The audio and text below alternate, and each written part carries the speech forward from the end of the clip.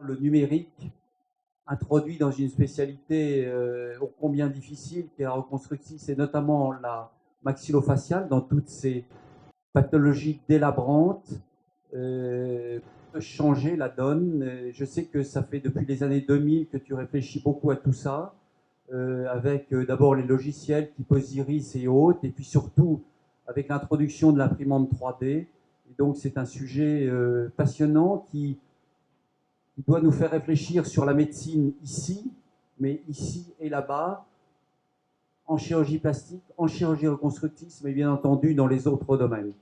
Merci Narcisse d'être là ce soir et on t'écoute avec beaucoup de plaisir. Merci beaucoup Eric. Je voudrais remercier la chaîne de m'avoir invité, notamment Eric, pour parler donc du numérique dans la reconstruction en chirurgie plastique. Il faut savoir que le numérique est dans notre vie et vous ne pouvez pas vous imaginer comment il va vraiment changer nos façons de vivre, nos façons d'être soignés. Donc, déjà, une définition d'impression 3D. En fait, l'impression 3D, ça va être le processus qui nous permet, à partir de données d'images en 3D virtuelles, d'obtenir un objet réellement en 3 dimensions. Et cela va se faire grâce à, évidemment, donc, des données numériques. Ensuite, un logiciel qui va permettre en fait, de reconstruire ces données pour ensuite une imprimante qui va, couche par couche, ce qu'on appelle des couches additives, permettre d'avoir cette reconstruction en 3 dimensions. Alors, il faut savoir que l'impression 3D date déjà d'il y a presque 30 ans, avec en 86 un Américain qui s'appelle Chuck Hall, qui a inventé le procédé qu'on appelle la stéréolithographie, qui est le fait d'obtenir des images 3D en utilisant des ultraviolets. Donc ça s'appelle la photopolymérisation. Avec, pour qu'on puisse reconstruire, il a mis en place ce qu'on appelle un format STL qui est en fait le format standard pour faire l'impression en 3 dimensions. Ensuite, il y a eu d'autres techniques de reconstruction, notamment la technique par fusion. C'est celle qui nous permet en ce moment d'avoir des imprimantes 3D qui sont à un prix raisonnable, c'est-à-dire en moyenne autour de 800 €. Et en 93, il y a eu une nouvelle technique, ça s'appelle la technique de floutage par poudre, qui permet en fait d'imprimer du titane, du chrome cobalt, donc tous les métaux qu'on va utiliser en médecine. Alors, donc je parlais des matériaux utilisés. Il faut savoir qu'on peut utiliser à peu près tout. Ça va des plastiques, ce que nous on utilise de manière quotidienne au CHU de Dijon, en passant par le titane, l'acier et l'aluminium. Là, il s'agit plutôt des cas très complexes, mais qui sont gérés par des sociétés qui sont spécialisées. Mais aussi, on peut utiliser des céramiques, ou du béton, ou du sable.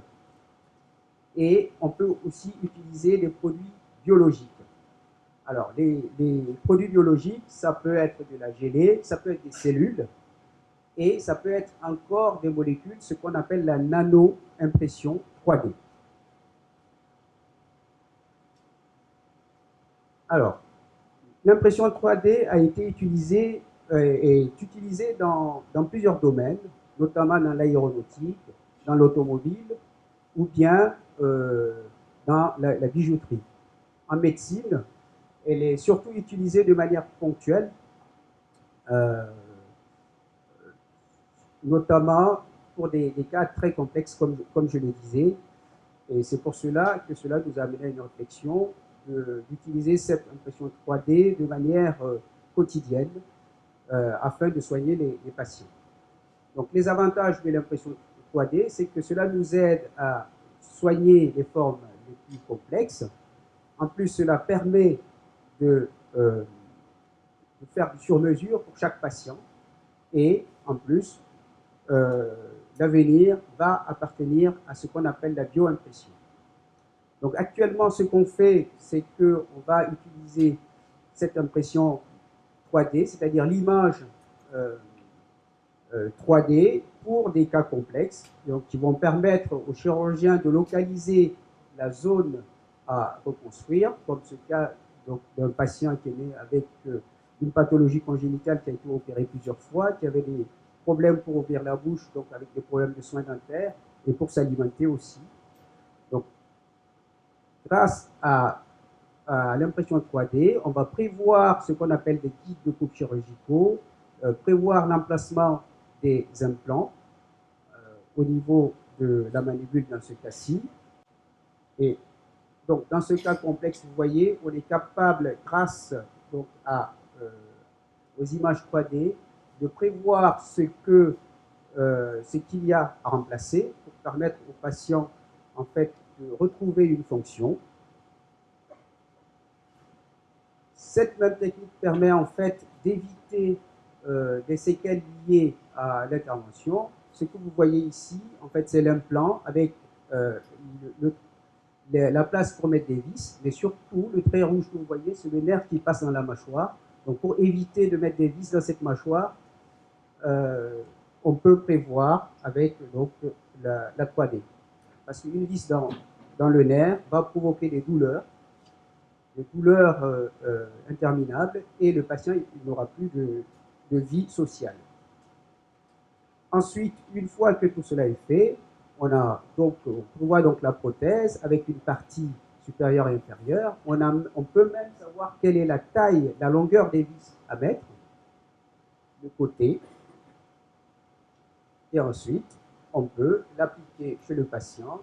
Après, donc, je vous parlais d'impression 3D en floutage, donc ça c'est du titane, et là c'est du polyéthylène qui permet en fait de reconstruire le patient, lui permettant d'ouvrir la bouche.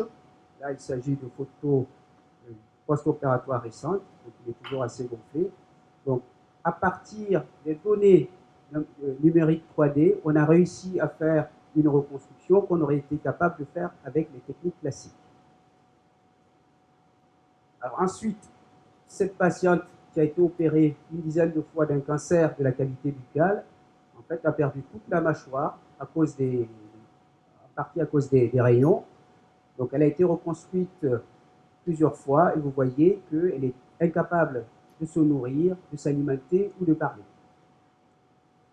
Donc, grâce à la modélisation 3D, on va donc reconstruire la mâchoire avec un implant en titane poreux, en prévoyant même la zone pour pouvoir mettre une prothèse plus tard, sachant que dans son cas, on ne pouvait plus rien faire avec les techniques classiques, puisque n'ayant plus de vaisseau pour pouvoir faire ce qu'on appelle de la microchirurgie.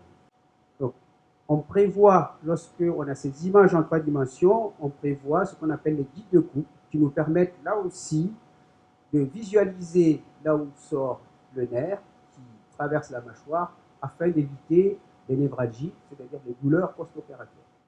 Une fois que tout ça est prévu, on va mettre la prothèse virtuellement en place avec des vis, ce qui nous permet d'éviter de toucher le nerf. Voici la patiente en cours d'intervention, et vous avez le scanner avec la reconstruction 3D qui montre les résultats après donc, la pose de l'implant. Donc vous voyez au début comment elle était, et puis là, elle n'a peut-être pas la tête de Miss Univers, mais je pense qu'elle est quand même un peu mieux. Alors, donc là, il s'agit de cas exceptionnels. On s'est posé la question, pourquoi ne pas utiliser l'impression 3D tous les jours, puisque maintenant on a des imprimantes qui ont un coût raisonnable. Celles qu'on a acquises coûtent environ 3 000 €. Et depuis décembre 2013, on a acquis 2 imprimantes qui nous permettent en fait d'utiliser tous les jours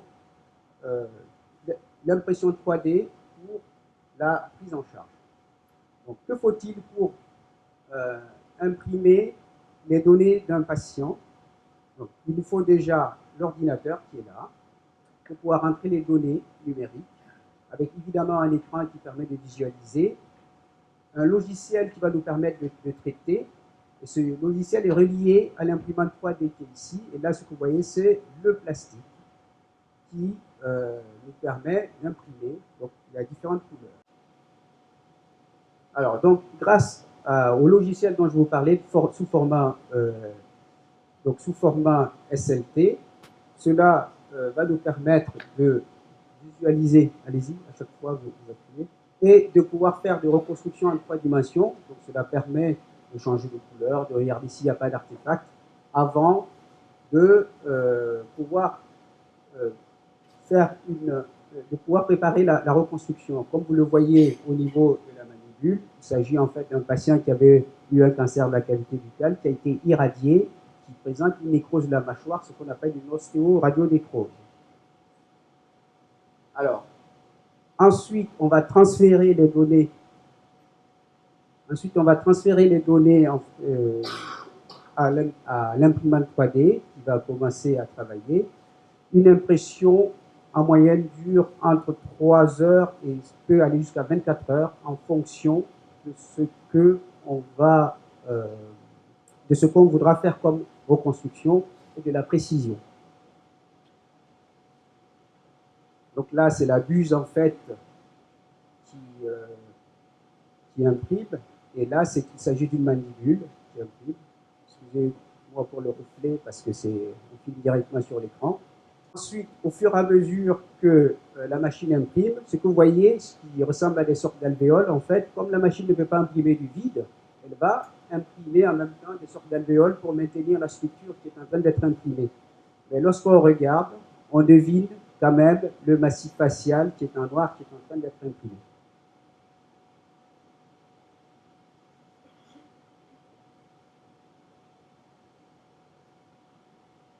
Là, il s'agit aussi d'une autre impression. Le fait d'avoir 2 machines, en fait, permet, puisque cela peut prendre un peu de temps, ça permet de traiter plusieurs patients en même temps. Voilà, donc là, le fameux fichier à partir duquel on va obtenir les impressions en 3 dimensions. Ensuite, cela permet, on peut imprimer complètement tout un squelette crânio-facial. Là, il s'agit en fait d'une malformation crânio-faciale. On va voir à ce niveau, vous voyez, il y a un trou ici entre les 2 yeux, et avec aussi des malformations au niveau des maxillaires, avec la bouche écartée. Là, on va sortir le fameux crâne noir que vous voyez, qui était entouré d'alvéoles jaunes. Il s'agit d'un cas de traumatologie. Malheureusement, on ne peut pas bien voir, mais on voit qu'il y a une fracture du condyle ici, condylienne là. Voilà. Donc, à partir de cette reconstruction en 3 dimensions, donc à droite, il n'y a pas de souci. Donc, à partir de cette reconstruction en 3 dimensions, on va préformer des plaques que l'on pourra, après, le jour de l'intervention, poser la plaque sans trop de difficulté. Donc, c'est ce que je vous disais. Là, il s'agissait d'une fracture de l'os sous l'œil, ce qu'on appelle l'arcade zygomatique, le zygoma, et une fracture du plancher lordique. Donc, on a préparé en fait les plaques qu'on va mettre au bloc opératoire le jour de l'intervention. Une des techniques classiques qu'on utilise, c'est celle de l'effet miroir. C'est-à-dire que ce patient qui a eu un gros traumatisme sur la partie gauche du visage, on va utiliser la partie droite, on va faire un effet miroir qui permet de reconstruire en fait la partie qui est abîmée, et on va préformer les plaques qui vont nous permettre de reconstruire cette partie. Évidemment, à part la traumatologie, il y a aussi d'autres indications, comme par exemple la malformation des mâchoires, ce qu'on appelle les dysmorphoses. Et là, c'est pareil, ça sert aussi de but pédagogique et d'entraînement. Donc, c'est un jeune chef de clinique qui est en train de réaliser ce qu'on appelle une ostéotomie de la mâchoire et qui va pouvoir galber les plaques qu'il va utiliser le jour de l'intervention. Ça ne fonctionne pas. Donc là, vous voyez les plaques qui sont déjà préformées. Il s'agit en fait d'une patiente qui avait un problème de malformation avec aussi une indication de poser une prothèse au niveau de l'articulation temporomandibulaire. Il était limité pour pouvoir manger et avoir des soins dentaires. crois que ça bug. Non?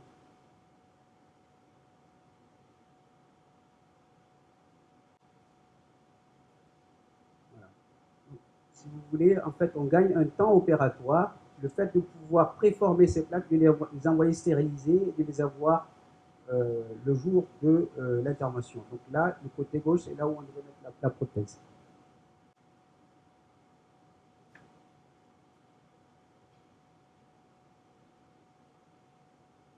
Donc là, vous aviez déjà vu cet implant mandibulaire.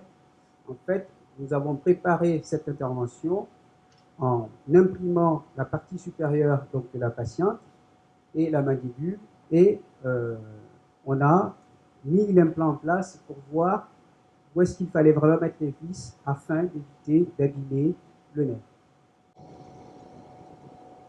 Donc cela permet de voir en outre que l'on peut voir si au niveau dentaire, vous voyez les petits trous qu'on a ici, même si on ne voit pas bien, si on peut avoir ce qu'on appelle un bon articulé dentaire pour le patient.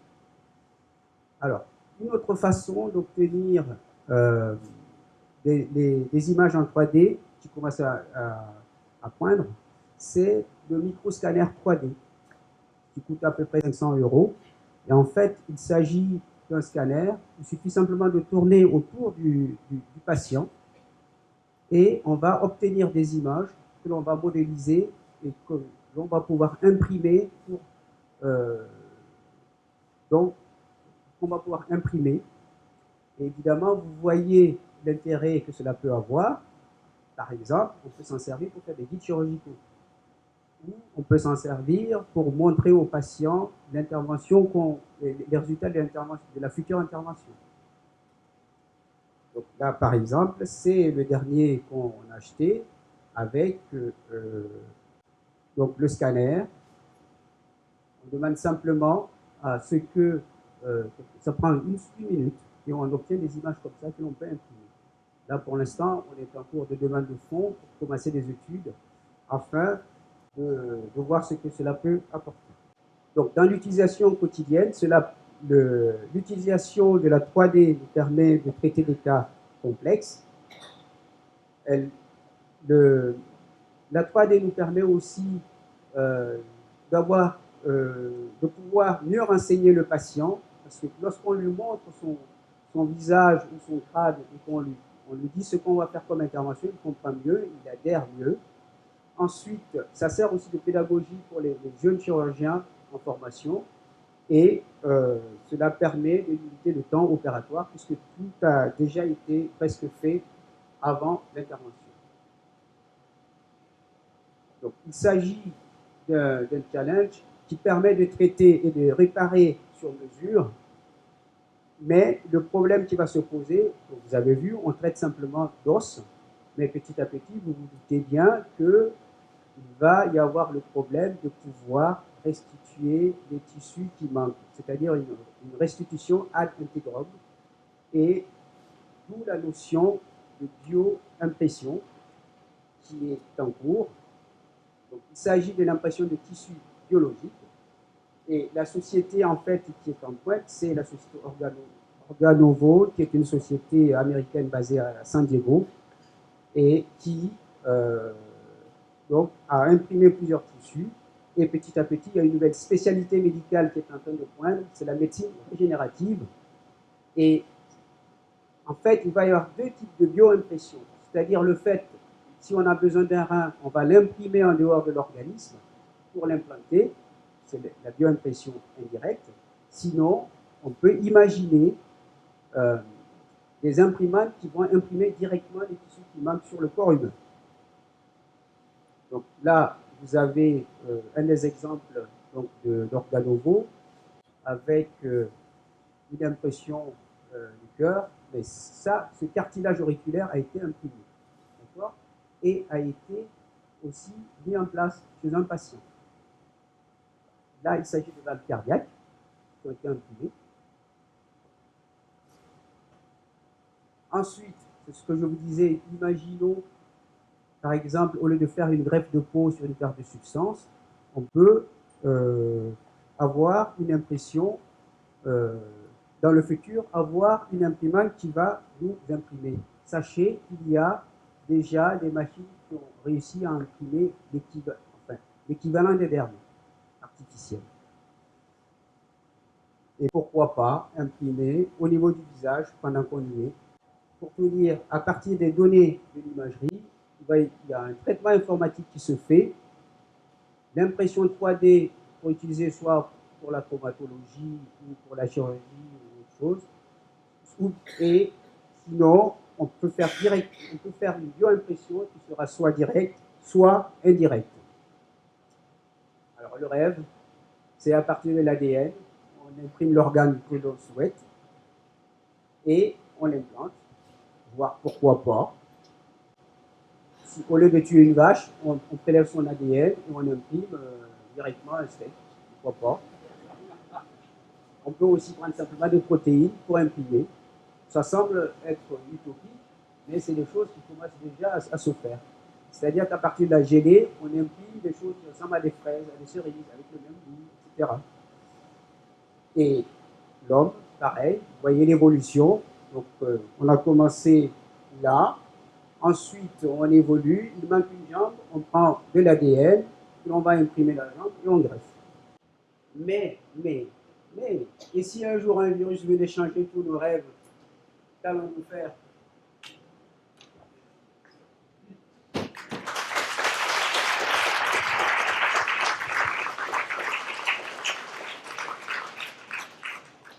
Merci Narcisse. Moi je trouve que c'est absolument passionnant et je crois qu'il faut voir ça non pas comme un rêve, mais on est déjà dans la réalité et tu l'as bien montré. C'est pour ça que je trouve que si on se prend quelques minutes de discussion, moi je voudrais qu'on replace cet exposé